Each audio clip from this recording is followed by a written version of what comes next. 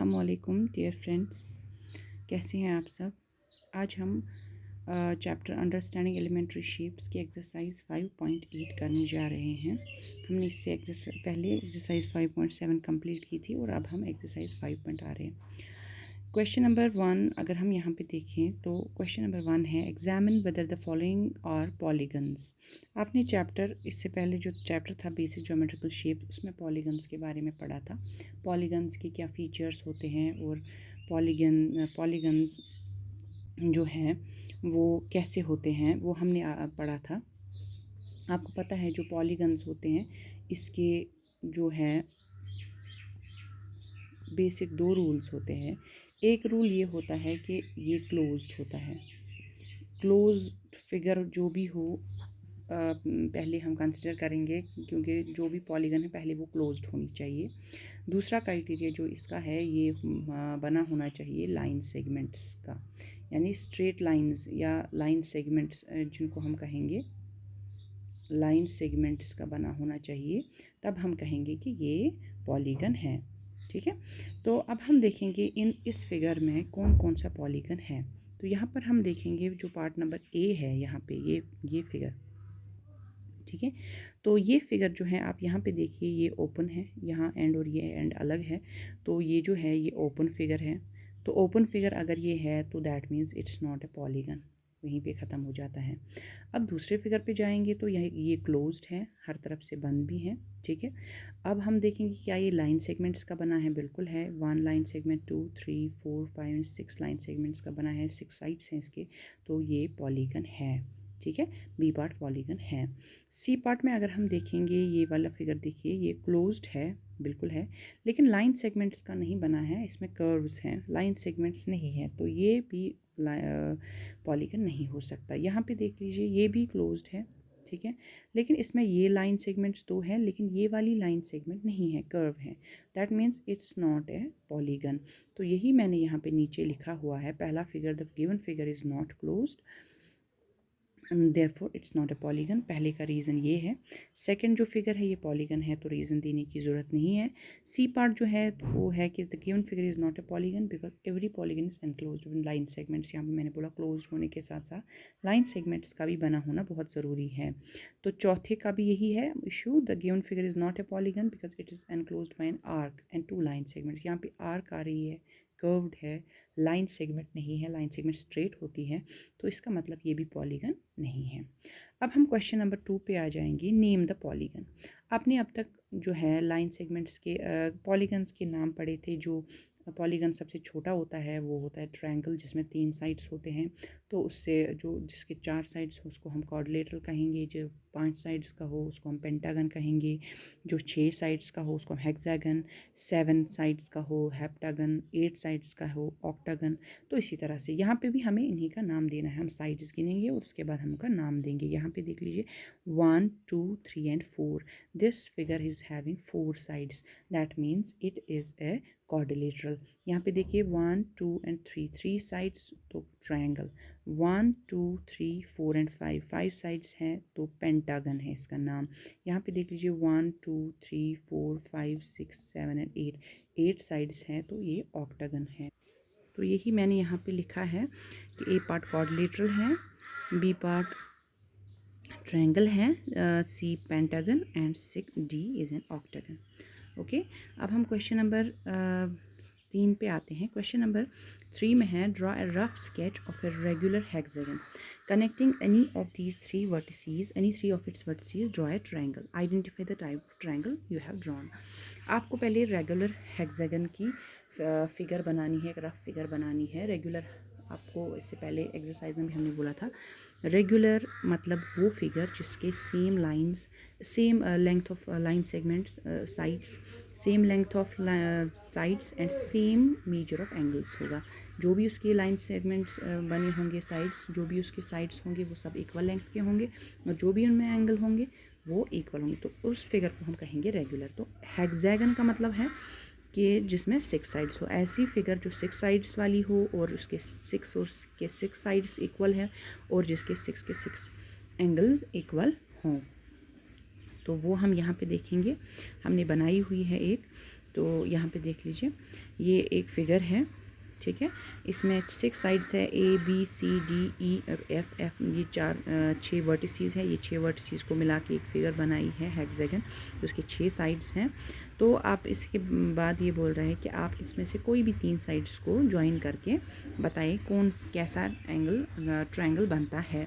आप देख लीजिए, अगर मैंने A B और D को ट्रायंगल यहाँ पे ज्वाइन किया है, A B और D को ज्वाइन किया, तो ऐसा जो ये होगा, ये स्केलिन ट्रायंगल होगा और स्केलिन के साथ साथ ये राइट एंगल ट्रायंगल भी होगा। आपको टाइप्स ऑफ ट्रायंगल्स तो पता है, एंगल्स के हिसाब से हम इनका नाम दे सकते हैं या इसके साइड्स कैसे हो, तो साइड्स इसके सब अलग अलग, तो स्केलिन और एंगल्स इसका ये राइट एंगल है तो ये राइट एंगल बनेगा इस तरह से ये। लेकिन अगर हम ऑल्टरनेटिव वर्टिसेस को मिलाएंगे, यानी एक को छोड़ के एक, अगर ए से लेके बी को छोड़ के सी पहुंच गया, डी को छोड़ के ई पहुंच गया, ठीक है, तो ये ऑल्टरनेटिव, तो ऐसा ट्रायंगल जो बनेगा ये इक्विलेटरल, यानी ये वाला ट्रायंगल जो है ये इक्विलेटरल ट्रायंगल बनेगा, ठीक है।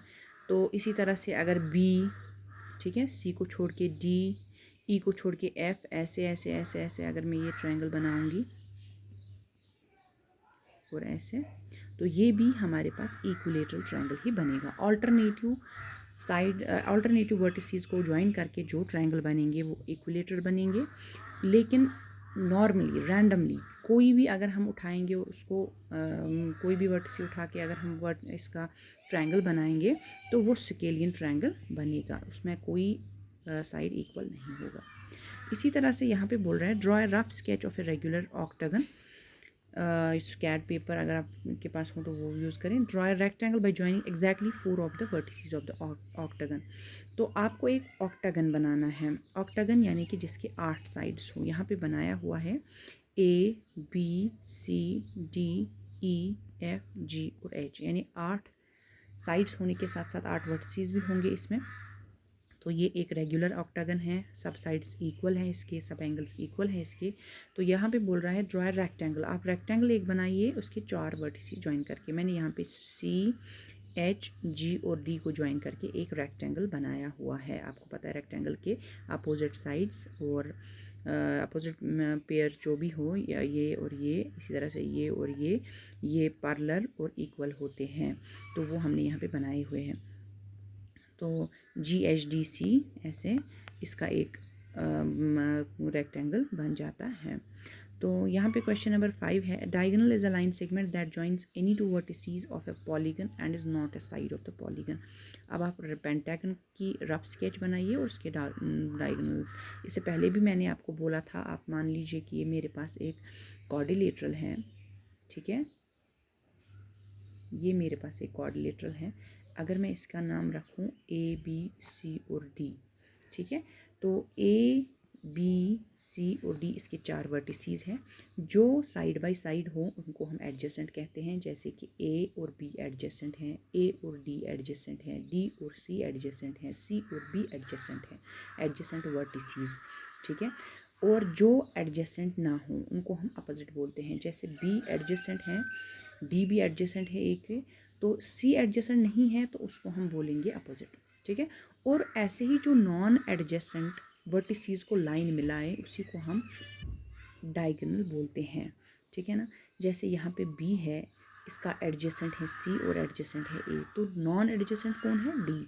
तो D को अगर हम मिलाएं B के साथ तो ये बन जाती है डायगोनल। इसी तरह से बात है पेंटागन में, ऑक्टागन में, हेक्सागन में, किसी भी अलग फिगर में, ठीक है।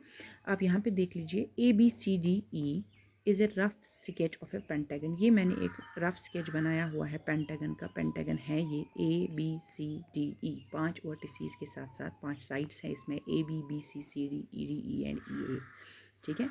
तो आप यहाँ देख लीजिए A का एडजेसेंट है B और एडजेसेंट है E। अब नॉन एडजेसेंट कौन कौन है? C और D। तो C और D को अगर मैं A के साथ मिलाऊं तो वो लाइन जो बनेगी वही इसकी डायगोनल है। तो आप लीजिए ये है AD, ठीक है, ये है AC, ठीक है, तो लिखी है मैंने AB और AD। अब इसी तरह B पे जाएंगे तो B से C है एडजेसेंट, A है एडजेसेंट, तो नॉन एडजेसेंट कौन है? D और E। तो B और E के साथ एक मिलाई तो बन गया दूसरा डायगोनल।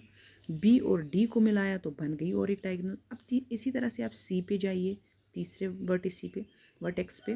तो तीसरे वर्टेक्स सी जो है इसका बी एडजेसेंट है, डी भी एडजेसेंट है, ई और ए नॉन एडजेसेंट है। तो सी को जब ए से मिलाएंगे तो वो बनेगा सी ए, तो वो हमने पहले लिखा है ए सी, ठीक है, सी एंड ए सी एक ही बात है।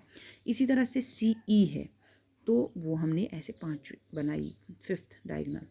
अब डी पे जाएंगे तो डी का सी और ई तो एडजेसेंट है, नॉन एडजेसेंट है बी और बी ए।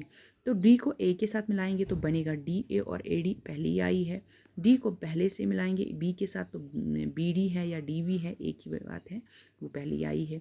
इसी तरह से ई को अगर हम मिलाएंगे सी और बी के साथ जो कि नॉन एडजेसेंट है तो बनेगा ई सी और सी ई, तो पहले ही आई है। इसी तरह से आएगी यहाँ पे बी ई और ई बी, तो वो भी पहले ही आई है। तो टोटल में 5 ही डायगोनल्स बनते हैं हमारे पास, A D, A C, B E, B D and C E. That means कि किसी भी फिगर में हम अगर नॉन एडजेसेंट वर्टिसीज को मिलाएंगे वहाँ पे जो लाइन सेगमेंट बनती है वो हमारे पास बन जाती है डायगोनल, ठीक है। या हम ऐसा कहेंगे कि इसमें जो भी वर्टेक्स को वर्टिसीज जो भी हैं किसी भी फिगर में, अगर हम उनको ज्वाइन करेंगे लेकिन वो साइड वो भी जो लाइन होगी वो डायगोनल होगी, लेकिन वो साइड नहीं होना चाहिए। आप यहाँ पे देख लीजिए, ए को किसी भी वर्टेक्स के साथ अगर हम मिलाएंगे, सी के साथ, बी के साथ, डी के साथ, ई के साथ, तो वो डायगोनल हो सकती है, लेकिन अगर वो साइड थी तो नहीं है। फॉर एग्जांपल मैं बी के साथ मिला रही हूँ, ठीक है, तो ये तो साइड है तो ये डायगोनल नहीं हो सकती। सी के साथ मिलाया, ये साइड है नहीं है तो डायगोनल है। डी के साथ मिलाया, साइड है नहीं है तो ये डायगोनल है। ई के साथ मिलाया ए को, ये साइड है हाँ तो डायगोनल नहीं है, ठीक है। आप वो वाली डेफिनेशन याद रखिए, या ये वाली नॉन एडजेसेंट के साथ मिला के हम जो लाइन सेगमेंट बनाते हैं उसको भी हम डायगोनल ही कहते हैं, ठीक है। So this completes our exercise 5.8। तो आप, आई होप कि आपको ये कंसेप्ट्स भी समझ आए होंगे। आप घर पे 1-2 बार इनको फिर से प्रैक्टिस कीजिए, आपको बहुत अच्छे से आएंगे। Thank you very much.